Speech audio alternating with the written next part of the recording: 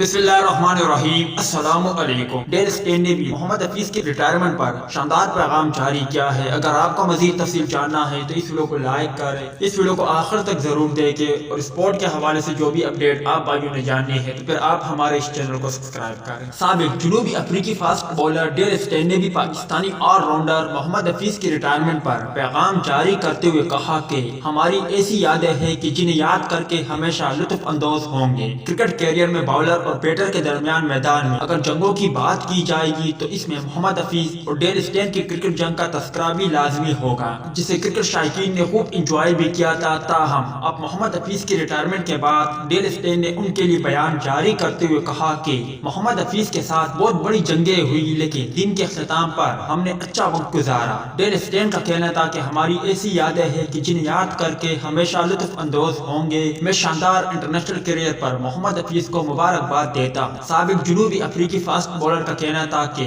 मोहम्मद हफीज ने अपने लोगों को मुतासिर किया और अच्छे अंदाज में गेम खेली।